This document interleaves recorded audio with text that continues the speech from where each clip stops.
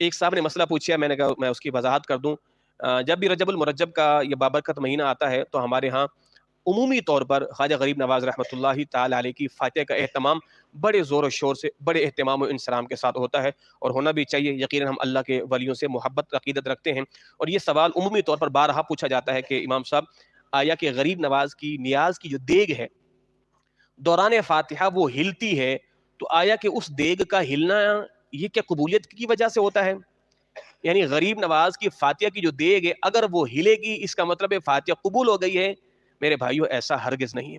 کہ ہمارے یہاں بہت سی ایسی چیزیں جو رائج ہو چکی ہیں، اب اس کو ظاہر ہے ہم ناجائز، حرام، گناہ تو خیر نہیں کہہ سکتے۔ مثال کے طور پر کہ جب وہ دیگ ہوتی ہے نا خواجہ صاحب کی نیاز کی، اس پر لوگ وہ کپڑا رکھتے ہیں، لال کپڑا ہوتا ہے جی، ہاں لال کپڑا رکھا جاتا ہے اہتمام کے ساتھ، اس کپڑے کو پورا سال سنبھال کے رکھتے ہیں، یہ ایک الگ بات ہے۔ اور پھر اس دیگ پر ہار چڑھاتے ہیں، اس دیگ پر ہار چڑھاتے ہیں، یہ بھی لوگوں کے یہاں ہے۔ تو ظاہر ہے اس کو ہم، ہمارے پاس ایسا کوئی فارمولہ تو ہے نہیں شریعت کے اندر کہ ہم ہر اس چیز کو ناجائز کہہ دیں جو شریعت میں نہیں ہے، ایسا تو خیر نہیں ہے۔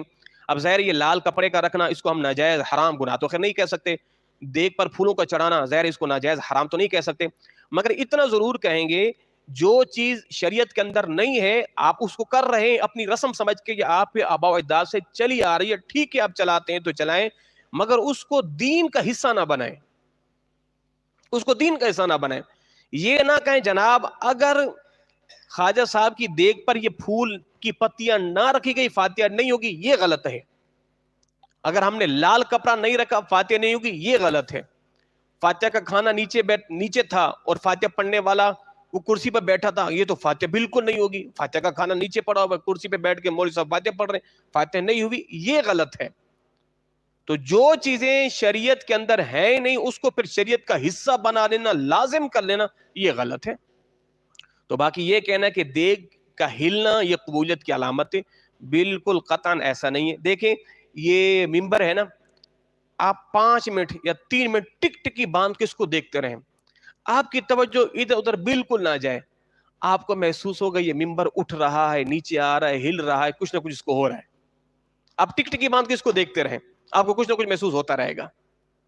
تو اسی طرح جب ہمارے یہاں کچھ لوگ وہ دیگ کو زور سے پکڑ لیتے نا بالکل، تو ظاہر ہے ان کے ہاتھوں میں کچھ تو حرکت ہوتی ہوگی نا، اب وہ شاید یہ سمجھتے ہیں اب یہ دیگ ہل رہی ہے، یوں ہو رہی یوں ہو رہی ہے، اس کا مطلب یہ قبولیت کی سند ہے۔ اللہ اکبر، ایسا نہیں ہے۔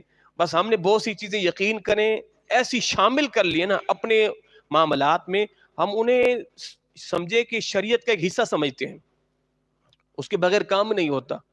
میں آپ کو بتاتا ہوں، ایک جگہ پہ محفل تھی، وہاں میرا بیان تھا، میں نے فاتحہ پڑھی، فاتحہ پڑھ کے میں آ گیا، پھر بعد میں ہمارے مولوی صاحب کو لے کے گئے ایک جگہ پہ کہ جی وہ ہم نے فاتحہ بالکل دیگ کے منہ کے اوپر بٹھا کے پڑھانی تھی، دیگ کے منہ کے اوپر، یعنی وہ مولوی صاحب کو بٹھائیں گے بالکل دیگ کے پاس اور دیگ اوپر ہوگی، دیگ کا ڈھکن کھلا ہوگا، جی مولوی صاحب اب فاتحہ پڑھیں، اب فاتحہ پڑھیں۔ تو یہ جو چیزیں ہم نے لازم کر لی ہے نا، تو خدا را مگر ان چیزوں کو شریعت کا لازمی حصہ بنا کر اس پر خوب اہتمام انصرام کرنا اور ڈانٹ ڈپٹ کرنا۔ ایک صاحب کو میں نے دیکھا انہوں نے فاتحہ کا کھانا رکھا بغیر ٹیبل کے، تو وہ بھری محفل میں غصہ ہو رہے کہ تمہیں شرم نہیں آتی، تم نے بغیر ٹیبل کے کھانا نیچے رکھ دیا ہے۔ ٹھیک ہے، الگ بات ہے، فاتحہ کے کھانے کی تعظیم ہے، لنگر کے کھانے کی تعظیم ہے، جب بھی کہا گیا کہ 11ویں شریف کے لنگر کا ایک دانہ بھی نیچے نہیں گرنا چاہیے، یقیناً اس کی تعظیم ہے، مگر اس کو بھرے محفل کے اندر اس قدر اہتمام انصرام کر لینا کہ اس کو جناب یہ تو کوئی گناہ عظیم ہو گیا ہے، تو یہ غلط ہے۔ اللہ ہمیں دین سیکھنے کی توفیق عطا فرمائے۔